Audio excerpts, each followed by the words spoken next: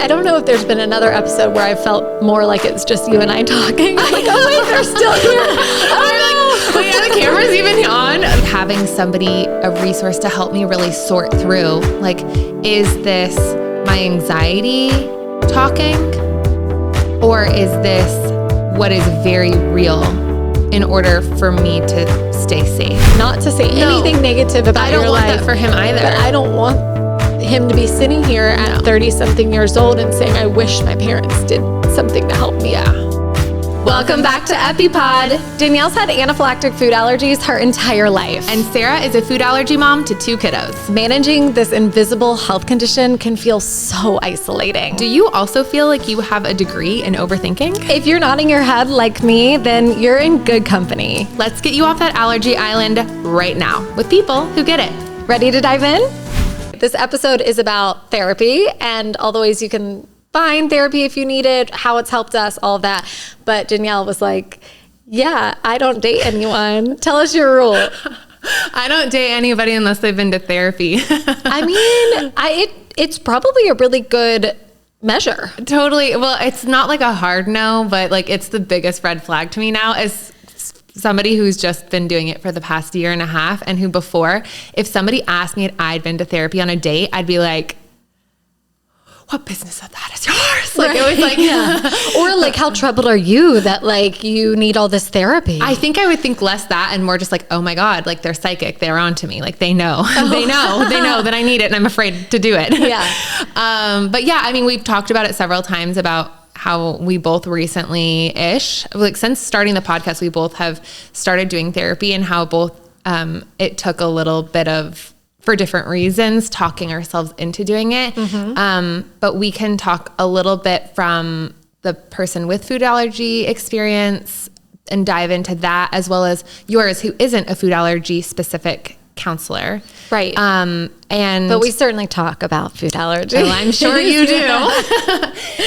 As well as like the way that I found my food allergy specific counselor. Yeah. Which I think has, I mean, 1,000,001 benefits. Totally. I think I love who I talk to, and I definitely think she's qualified. And I think there are many, many, many qualified therapists out there to talk about food allergy struggles, just like any other struggle someone's dealing with. Yeah. But there is a lot of uniqueness in food allergy life, as we all know, that somebody who's just lived it and been there, I mean, it's like talking to an allergy best friend or talking to you. We just understand each other on a level that other people truly can't. I think I would have, I mean, well, you can just dive in right there. Like I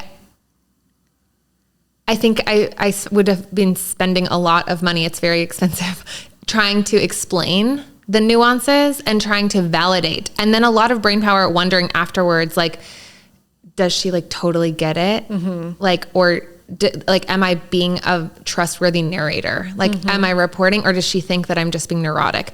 And something that I've been talking about a lot in therapy recently, yeah, we can go into like what triggered the most recent conversation about it. But essentially, like having somebody who is trained in food allergy anxiety, my food allergy therapist, she is a therapist, but she is also a food allergy mom. And so, and her child has done like treatment, all of the testing, like she knows intimately firsthand everything that I am putting myself through, or was trying to put myself through with OIT specifically. And so felt like I wasn't having to spend money trying to validate and explain to her this like really freaky process. And now that I've decided to not do OIT anymore, like it is so crazy how somebody who struggles with anxiety so much, that's like the matches and the gasoline. I also have a life-threatening food allergy, actually 5 of them. So like, it's just crazy that my matches are perfectly paired with their specific gasoline. Like it's honestly so cruel. Mm-hmm. And so having somebody, a resource to help me really sort through, like, is this my anxiety talking, or is this what is very real in order for me to stay safe? And those two, that can get so blurred. And the fear voice on my shoulder telling me like, this is dangerous. Like you have to keep cleaning, or this is dangerous. Like you need to check one more time, or all of the like crazy safety behaviors that it starts out with such good intentions and then it very quickly can snowball into something super unhealthy. So it's really hard to, I feel like I'm driving in like a snowstorm with my brain, because I don't, half the time I'm trying to like convince myself, like figure out like what is true and reasonable to keep me safe, and what is precipitating and digging me further into this hole of feeling unsafe. But I am safe because I've already done everything that I possibly can do, or because I'm doing something that my doctor has specifically told me he's not concerned about with me. So it really feels like a North Star compass to have somebody who is trained as a clinician in anxiety, but also trained through firsthand experience. Yeah. Being an allergy mom herself. Does she give you specific tools? Because I think a lot of times when people think about going to therapy for the first time, you're like, okay, but like I have friends. Like I talk to my friends, or even like I have food allergy friends. I talk to my food allergy friends. Like what's the therapist going to offer that is more than that? Or why would I really need a therapist? Such a good question. And like all I can say is it is so different. For example, on the day that I had therapy this past week, I had therapy in the morning at 10 a.m. and it's telemed, so really convenient. And then that evening I met up with a friend who just moved to town. She just moved from LA to Austin. I've talked about her before and recommended her page. We need to have her on as a guest. Yes. But she works in travel PR. So as somebody with way more anaphylactic food allergies than I do, and really unique ones, like not top 9, her job is to go to restaurants and host people abroad at those restaurants, which just sounds like my worst nightmare. Like you're afraid, and then you also have to like eat it in front of them, because if you don't eat it, then why are they eating it? You know, it's just really layered and complicated. But we had like such a cool and interesting conversation where we're just like comparing the way our brain works. And that conversation could not have been more different than the one that I had 6 hours prior with the therapist, being like, essentially it's labeled the same thing, like talking about how my brain works. I also think it's really important to note, like, I think I really struggled with anxiety separate to my allergies. Like growing up as a kid, before I knew that I needed to carry an EpiPen, before I knew the gravity of the situation, before I knew the nuances of how easily it could turn into something that was really dangerous to my well-being, like could be a medical emergency. I had severe anxiety and I just didn't know what to call it. Like, and it growing up in like, I had a magical childhood, but growing up in conservative town, Texas, like only crazy people go to therapy. Like it wasn't normal until I moved to California for college. And I thought it was hilarious how all of my friends who were born and raised in Pasadena or in West Hollywood or in Newport Beach, like everybody had a therapist. And I was like, these people are drinking too much green juice.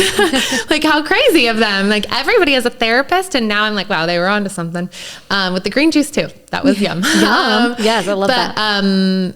Yeah, it took like living 10 years hearing from my best friends who therapy was like a normal, not shameful thing.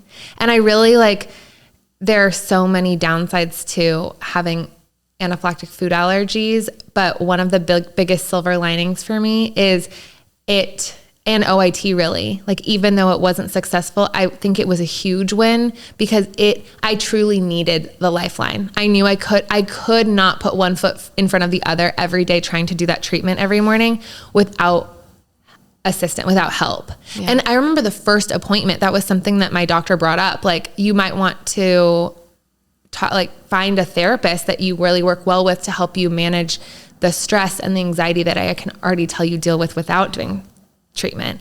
And boy, was he right. But what a great component. And I think we've talked about that in previous episodes when we brought, was it Levi on or someone? I mean, how really it does need to be a part of every treatment process, and not even just treatment, but just when you're diagnosed with food allergies, it needs to be offered to the person if they're older, of course, if they have onset like adult allergies, but then to the parents who are just getting this like tidal wave of information thrown at them and all of these new things they have to be worried about, to not offer a parent that lifeline right then and there in the office is a problem. Totally. Maybe Alyssa was the one we were talking through with that. Yes. You're right. Mm-hmm. We'll link to that episode. Yes. How it needs to be integrated hand in hand. I think if you're listening and you're really struggling with whatever it is you're struggling with right now with allergy life, it comes in waves and we've both been there. But like, if you're really needing like not a toxic positivity, but just like a true silver lining to hang on to right now, they're needing therapy because I was really going through the ringer with food allergies and food allergy treatment and food allergy anxiety. It was like a gateway drug. As somebody who the strongest thing I've ever had is a Benadryl and a glass of wine at the same time, like it was a gateway drug. What would I know? But I don't even jaywalk. But it was a gateway drug into like really uncovering and addressing things that I don't know if I ever would have addressed. I don't know if I ever would have had, if I could wave a magic wand away my food allergies. I mean, I would do it in a heartbeat, but I don't know if I would have ever addressed the things that now I have addressed that have nothing to do with food allergies. And the food allergies were what really got me to trust this person and really make me feel like, wow, she really knows how my brain works. And like, she really knows her chops, her experiences is 10/10. Like, I trust her. Yeah. Whatever she says, like I can trust. And now it's really helped with family relationships, with relationships to myself, like just my brain getting sticky in ways that have nothing to do with allergies. And I'm so thankful for my allergies for empowering me, like that situation, empowering me to address things that would have been way easier to just keep sweeping under the rug and possibly affect me as an older person, or if I have kids, like really affect them negatively, affect a partner in the future. So I'm so grateful for that. And so if you're a little bit further behind on the journey, or it's just something that maybe it's not taboo to you, but you're just like, I don't have time for it. Just know that food allergies mostly suck, but they can really help you in this regard, as they did me. Yeah. That's great. I think what you said about it bringing up, not even it bringing up, but the fact that when you have a therapist, you can address other things going on in your life is really an important thing to note, because you might be saying like, oh, allergies stress me out, but then it comes in waves and I'm fine. But let's be honest. Everybody has stuff in their life that they're dealing with, whether, it's with your parents, or you have trauma from something else, or you're dealing with something with your kids, whatever it might be, friendships, doesn't matter. We all carry baggage. And so, yes, you're going to get help when you're dealing with that big knockdown wave that comes to get you in food allergy life, but you're going to have a resource for all the other things in between. And I've experienced that too, for sure. Yeah. I mean, there are things that I didn't even realize were bothering me. And then all of a sudden the conversation kind of sways in that direction, and I just start bawling, crying about something that happened when I was 12 years old. And I'm looking around like, excuse me, what? Like, I didn't even know this was weighing on me. Yeah. But to be able to take that weight off, it really does lighten the overall load of your life. So I am a huge, huge proponent, and I'm brand new to therapy. So I don't have, as we mentioned, I don't have a specific food allergy related therapist. Not by choice necessarily, but I mean, anyone who has tried to figure out therapy knows it's not an easy journey. It just sucks in this country that it's like that. It really should be like booking any other medical appointment, but it is not. No. Many of these major insurance companies that we all have, they don't prioritize mental health care, or if they do, it's, a fake they're just pretending to because that's the trendy thing. And it's just not true. I mean, the hoops I had to jump through, I remember 2 years ago, I actually started to say, okay, I need it. I'm going to do therapy. And then I tried. I actually really tried between all the other medical things for every other person in my family, between school pickups and drop-offs and work 9 to 5 and all the extra things I have on my plate. I said, no, I'm going to do this. And I remember sitting down for hours to try to figure it out, try to figure out who my insurance would cover, how much it was going to be, who took that insurance, who had availability, calling different people and saying, oh, actually, no, we don't have anybody available for that. And then that's just anyone. But if you want somebody who maybe is, for me, for example, I wanted a woman. Mm-hmm. I wanted it to be a mom who understood the things that I was going through. Mm-hmm. I wanted it, I had all these things, like you're buying a house, right? You have this list of non-negotiables. Has to have a patio. Yes.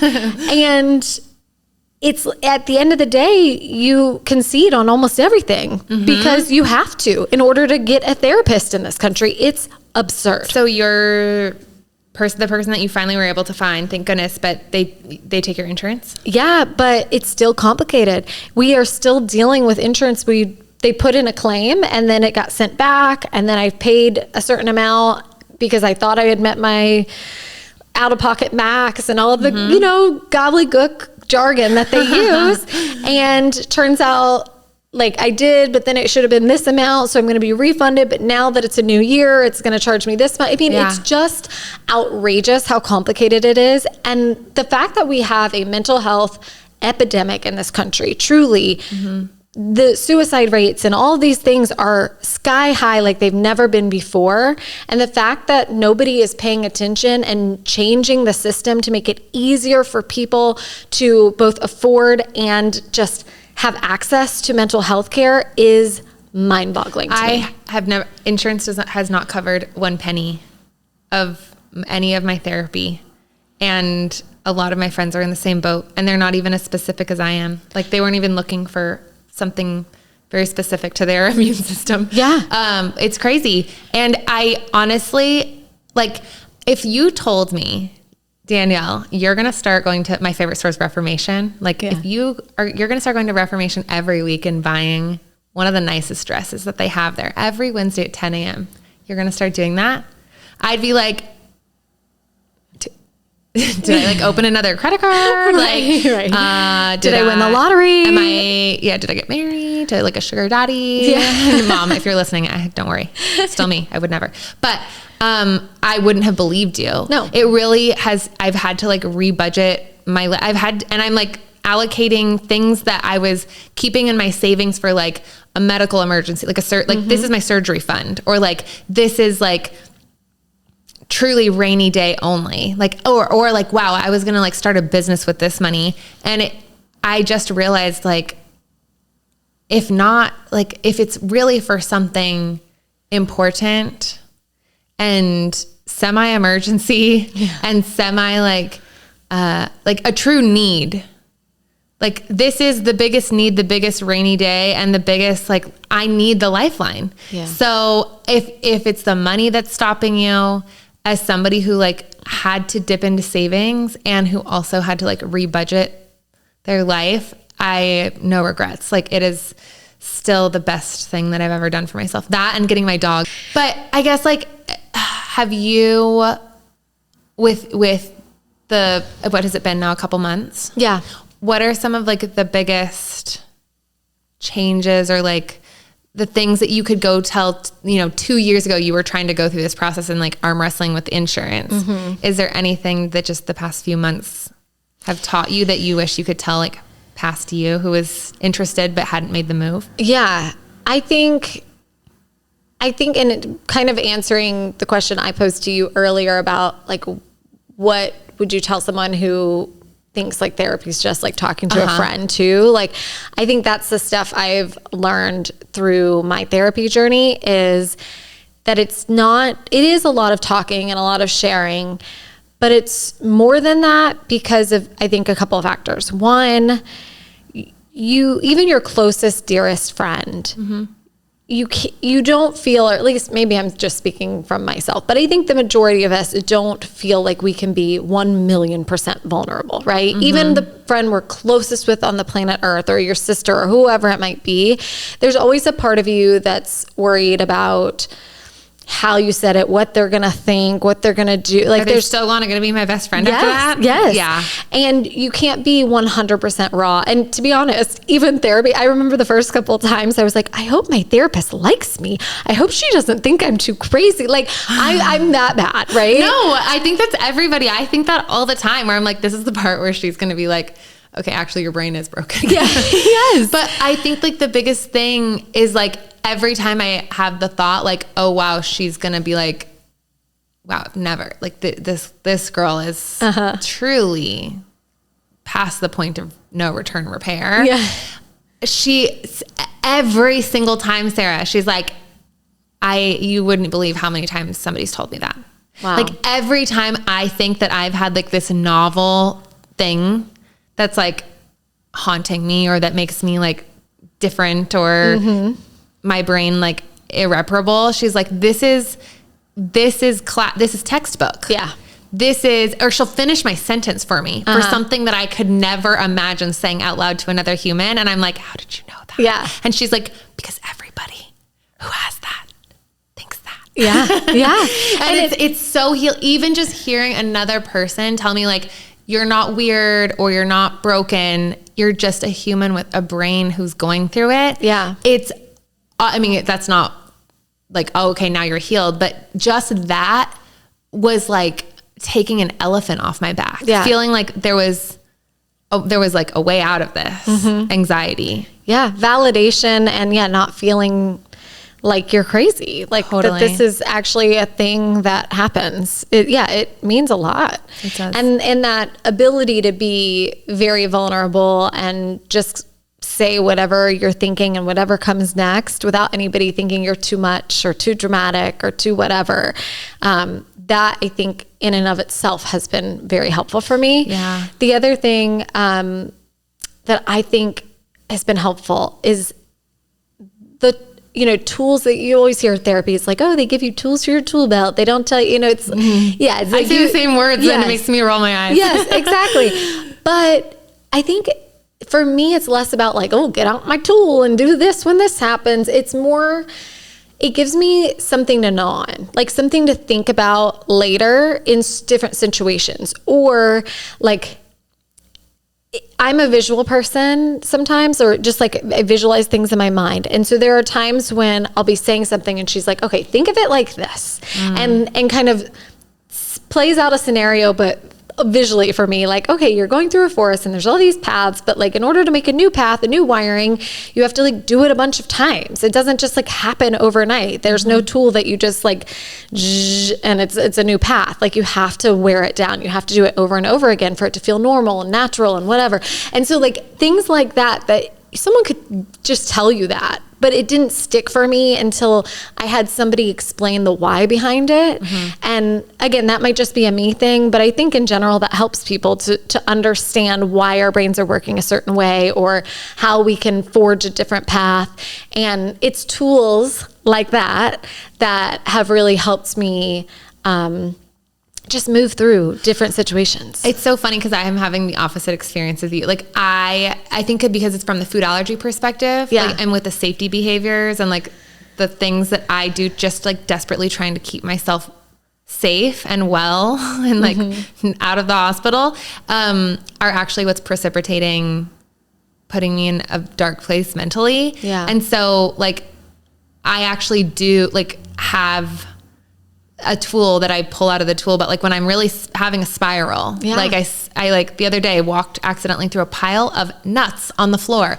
Costco, I'm talking hundreds of peanuts on the sidewalk. Why? That I walked through and the dog walked through. Why are people not cleaning this up? I don't know, but like it sent me into fight or flight, and I literally had to like pull out my phone and like the note, be like, all right, I felt like I was like going down the rabbit hole Alice in Wonderland style, and was just like grasping for like one singular thing that I've learned in the year and a half. And it helped. And then to be able to talk to her 2 days later also helped. But I was pulling out a literal tool. I think two things is one, it has made me have, and my friends have told me this, like I have never had more grace for myself, more compassion for myself, more empathy for myself. I've never been able to like self-parent and self-soothe with such kindness before. And into the second thing is like my best friends on planet Earth, totally separately. Like I'm not like a part of a friend group. Like I have like 4 best friends, but we don't really hang out all together, and they're all in different cities. And every single one of them at some point in the past year and a half has told me how proud they are of me because they can hear me talking to myself better, or they can hear me like when they're asking me for advice, they're like, past you would have never been able to offer me that kind of valuable advice because your brain didn't know how to think that way. And it's what you're saying, like the neural pathways, like you have to like zzz, like a million times over until your brain starts to build the pathway to think or to go down a healthier direction. Yeah. So I don't know. I think like if you're looking for a food allergy specific person, and that's like something that held me back for a really long time, is I was like, nobody's going to get it. Yeah. But yeah, you went through a specific source. Yeah, we're going to link it, and hopefully we'll have her on as a guest too. I hope so. Yes. Yes. She has a directory and we'll link it in the show notes, but that actually made it so much easier for me because instead of being like, where am I going to find a therapist? Like, do I go to one of the online things? Do I look on my insurance's website? Do I this, that, or the other? This person was like, here are the people by state. So I was like, all right, there's 4 people in Texas. Yeah. Narrows it down. Let me lurk and like read as many blogs, and maybe if a lot of them have been on podcasts or written articles. And I was just like, which one feels like the one that I will listen to, instead of being like, I'm listening to my own thing the way I always do. And I stuck with her. And so many of my friends said that they have to like date therapists. Yeah. And so I really feel like that was a huge blessing too, where God for me, or whatever you believe in, was just like, I'm just going to throw you a bone. I'm going to throw you a bone and make the first one a match. That's good. I have been thrown no bones in my dating life, but like in my therapy dating life, I'll take it. Yes, seriously. But yeah, I really encourage you, if you're listening and any of this feels like it strikes a chord, like just freaking click on the link that's below. And I would say beyond that, right? If it's not in your budget and there's no way to kind of re-look at your budget and figure out how to spend $250 a week or whatever it costs. I mean, insurance is a pain in the ass, hands down. Like there's no way around that. But for me, eventually I just said, screw it. Like, so you looked specific for someone. And for me, I was like, you know what? I don't even care who I get at this point. If like start somewhere. And so I think that would be my push as well. Is like, yes, go to the list, do that. Like if you financially can, or you feel like it's what's best for you, but also at the end of the day, talking to anyone who's a, trained, licensed, whatever, therapist, of course. But doing that, taking that first step. And if you have to date a couple, it's fine. Like if you start talking to someone for a couple weeks, but insurance is covering it, to a certain extent. And then it's like, I don't know, let me find somebody else. You'll already be kind of like in the groove. So it'll be easy to just be like, okay, go down the list to the next rando and see if it works. Or maybe life will lighten up for you for a minute and you'll have a little more time to do a little more research. But at the end of the day, just do it. Just do it. I think every human could benefit from therapy. Totally. And it really makes me wonder, like, why was it so taboo for the generations before us? Like, was therapy different? Or I don't know. I think like something else that helped me get over that is every person who I admired, usually like a podcast host or like an author or honestly just like a mentor in my life, like all of the people in my life who felt like they were little like glimmers of North Stars of like, wow, that person, like not necessarily that they have it all figured out, but like they're doing so good for themselves. Like they're treating themselves with so much respect, or like, I hope one day I can be like them in whatever way it is that I'm looking up to them. Every single one of them had a therapist. And I was like, okay, fine. Like, yeah. It's true though. I mean, I think it helps people get to a better place, whatever you're trying to reach for or get to, or just seek shelter from, or whatever it might be.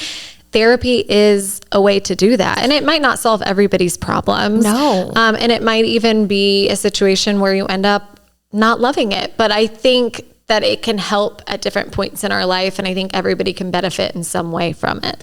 And then I think that's like something else. Like, it's not like it's not like bronchitis where like you go in to see the doctor and they give you a prescription and you go back the next week if the drugs aren't kicking in. And then next month you like might even have forgotten that you had bronchitis last month. That's not the way your brains work. Like, my therapist said something to me the other day. I was just like, when is this not going to, like, when will this ever go away? And she was like, I'm not saying this, like, hopefully this will give you hope, not make you hopeless. But like, I think this is the way your brain works. Like, this is something that you're going to navigate for the rest of your life. So we're going to help you get really good at navigating it. And that's when I was just like, oh, like stopping the language of like, my brain needs to be fixed, or like, this is just the way it is. And I can't seem to fix it. It's like, well, it's not an upper respiratory infection. Like, it's your brain. Yeah. So yeah, just like more of like a journey. And I think that ties into like, you're starting with this person, or you're starting where you can, even if it's just once a month or once every other month, or once biweekly. I've moved to biweekly because I was just like, I financially need to. Yeah, totally. Yeah. Yeah. So, I feel like I do not want to go, I was going to deviate to something. And then I'm like, I don't know if I can talk about it right now, because I feel like I'm pretty emotional about it, as you know, when I was crying before the camera started today. But I do want to bring it up only because I think it is a topic that needs to be talked about. And it's like food allergy, anxiety, and like mental health in food allergy children. And obviously you were one, and I know we've talked at length about like your experience was a little different growing up than, you know, someone who's doing treatment right now, or someone who's had a bunch of anaphylactic reactions. I mean, some of my dear friends in the food allergy community, they're like, of course my kid has anxiety. I've epied them 5 times in their short life, you know, like that would be traumatic. Yeah. And so for kids like that, or for kids like mine, you know, we spoke earlier, but you know, Graham currently is struggling. It's become an emotional thing for him. Treatment is not easy, and he doesn't want to do it anymore. And he's protesting in a way that's not like I just don't want this. It's like I want to stop. Yeah. It's like a deep down guttural, like feeling for him. And it's really, really hard as a mom to look in on that. And so I'm right now, I mean, I have no answers really to provide other than to say like solidarity to anybody else in that boat, because it is so hard to watch your child go through something like that. And I don't know what the answer is. Like, I don't know, do I need to look into therapy for him? He's 6 years old. That seems to me, even though I know I love therapy now, I think about it and it's like, well, does that do any kind of stigma for him at 6 years old to put him in therapy? Like, I'm still wrestling with that. So I don't know. I don't know the answers, but I do know that, like, I don't know about 6 years old. I really don't remember being 6 years old, but I do know that, like, if my parents had given me the resource of therapy when I first really started showing signs of struggling with anxiety, and it was like 6th, 7th grade, like, it's gonna make me cry. Like, I would do anything to know my therapist back then. Yeah. Or somebody like that. Because I think I would have arm wrestled with myself a lot less. Like, it took me feeling like I was like dying every day, every morning with treatment to like do that for myself. So maybe he needs it right now and maybe he doesn't, but in terms of like it being a stigma, like, there is no stigma. Yeah. At no matter what age. Yeah. It's just about helping our kids. And totally, like, you're such a beautiful, like, successful, wonderful person and friend, and I respect you so much, but am now placing my son's face on yours and watching the struggle. Yeah. And I'm like, not to say anything negative about your life. I don't want that for him either. But I don't want him to be sitting here at 30 something years old and saying, I wish my parents did something to help me. Yeah. And like, I remember my mom, again, it was stigma for everybody. I remember my mom, like us driving I was a horseback rider, but like a lot of your conversations with your parents are like on the way to your sport. And I remember her being like, do you want to talk to somebody? Like she knew I needed help. And I just was like, no, like, what are you talking about? No. Like, and then in the back of my mind was like, okay, you have to get better at hiding this. Like you have to perform better so that you don't, like your family doesn't know like how much you're having a hard time. It's so heavy, man. It is. And like, I don't take that anyway, except for positively for you to say, like, I don't want Graham to be going through this. Yeah. Yeah. I know nothing about child psychologists, but it's nothing. What I do know is there's no stigma. Like, it's just a resource, and either you need it right now or you don't. Like, and also it doesn't hurt to try. I mean, I just literally said that. And so it's like, take your own medicine, Sarah. Like if nothing else, I guess why not just see if it helps? Like do it for a little bit and try it, you know? I mean, I think that could be an option because I mean, for us too, when you're young, you know, things don't just come out. Your kid doesn't just come to you and say like, hi mommy, I would like therapy, please. Or, hey mommy, I'm struggling with this, or I'm even feeling this. Like kids don't know how to articulate that. Think about when Graham has the flu. Yeah. Okay. Something like totally, we can all relate to the flu. Yeah. He has the flu. He never comes to you and says, Mom, I need you to put me in the car and take me to the doctor because I'm not getting better. Yeah. And the over-the-counter meds aren't cutting it. I think this is more than just a virus. If you tell your kid, we have to go to the doctor, they're screaming, throwing a fit half the time because they know that might mean a shot or whatever. Like, name a kid who likes to go to the doctor. Maybe there's some weirdos, but like I wasn't that. No. I was the weirdo on the other end that was like, no, not the doctor. Yes. So yeah, isn't it funny though? Like, isn't it telling to like know seeing a friend go through it, seeing yourself go through it, and there's still hesitate. It's still a stickiness. Yeah. And I don't know what it is or why, but like, I think it's a cultural thing. I agree. And I think that's helpful for other people to hear too, though, because it's one thing to like, oh, that's great for them, but about themselves. Totally. Or their kid. Yeah. I don't know if there's been another episode where I felt more like it's just you and I talking. I'm like, oh wait, they're still here. Wait, are the cameras even on? That's hilarious. But I mean, also that's the point of this, right? When we started this podcast, it was very much for us to be like, we're going to sit on a couch and like, let's let people have that moment of sitting there and hearing just people talk about all the things I'm thinking and going through. And so you feel alone in. Hopefully, even though we tuned you guys out for a moment. Sorry, thanks for joining our conversation.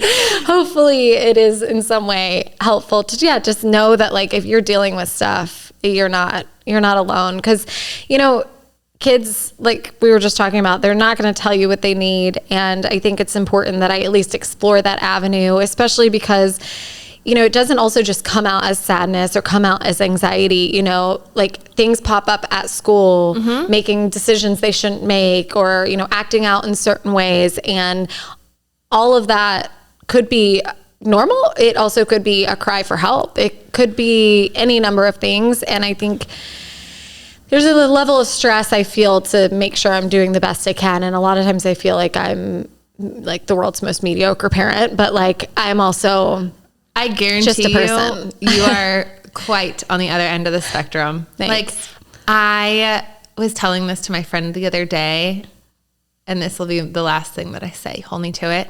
Where I was just like, some of the biggest blessings in my adult life have come in the past couple of years when I really feel like I have struggled the most, especially with myself, but like with housing. And it's just been like, it's been a crazy couple of years, handful of years. Yeah. But the two of my biggest blessings came during those years. And I always say my therapist and finally like reaching a point where I really needed to be in therapy. Like that was just such a blessing. And meeting the allergy mom that I never had. I'm going to cry again. But like Graham has an opportunity to have treatment and to have a mom who makes therapy an option. And if you're listening and you're a food allergy adult and you're like, wow, I'm in Danielle's camp where like I'm in my 30s and I'm so jealous of the Grahams of the world. It really is like the brain is so cool, and learning in therapy, it's so cool because it's never too late. Like your brain is constantly changing. Yeah. It's neuroplasticity. Like you're growing your thought patterns in one direction or the other. So whether you're starting at Graham's age at 6 or you're starting at 33 or you're starting in your 60s, like your brain is always growing and changing. And so I really feel like in my 30s and in the most stressful years of my life, my adult life, I got to almost like go back in time and like take like 7th grade year old me by the hand and be like, here are like 2 women who like, I wish you could have met earlier, but are going to be so healing for you. And so to hear you say things like, sometimes I feel like a mediocre parent. I'm like, in a lot of ways, like you have healed like a past younger version of me, and can't reach you. Fingertip. Yeah. And so like Graham is only 6. He can't tell you this, but like as somebody who you've been a mom to me a lot of times, even though we're only a few years apart, like you are such a spectacular mom. And I can't think of you leading with a better example. Like even when you're feeling like, oh, like I have to leave for another work trip, like I still think that is such a stunning example to set for them. Like they get to see a mom go and work. Yeah. And like they get to see a mom who goes to therapy. They get to see a mom who goes and makes time for herself for yoga. They get to see a mom who is like leading the charge, helping other moms who feel bad the way that they do about things that they feel like nobody else understands. So you're like, it like makes me like shake, being like, mediocre mom. Like, don't you say that about my food allergy mom. Oh, man. You and my therapist, like 2 women that I'm like, I am so glad that like 14-year-old me gets to know you too. Oh, I love you so much. Thank you. See, once again, we're like, are the cameras here? Yeah. No, seriously, that means a lot to me. Yeah. Like it does make me feel better. So thank you. And I am so glad that we can be here for each other. Yeah. Because it's not a one-way street. I feel a lot of support from you and like a genuine, like caring, like you care about me and my life and my family and so give me advice in a way that other people can't. And I'm also I'm always amazed by the person that you are. I feel like we have an unspoken rule that we can't be losing our shit on the same day. I know. And we kind of have a little though today, like we're both falling apart today. But yes, in terms of like overall general like mental health moments today, I'm in a slump and you're carrying me. You're buoying. Okay. Wait, what's the word? Buoying?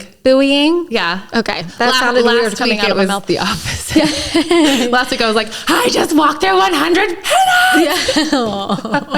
Anyways, roller coaster, this allergy life. Okay. Well, we're trying to hold ourselves to shorter episodes, but this one, it's the length it needed to be. Yeah. Yeah. But we love you guys. We would love to hear your thoughts and any like suggestions, ideas, whatever.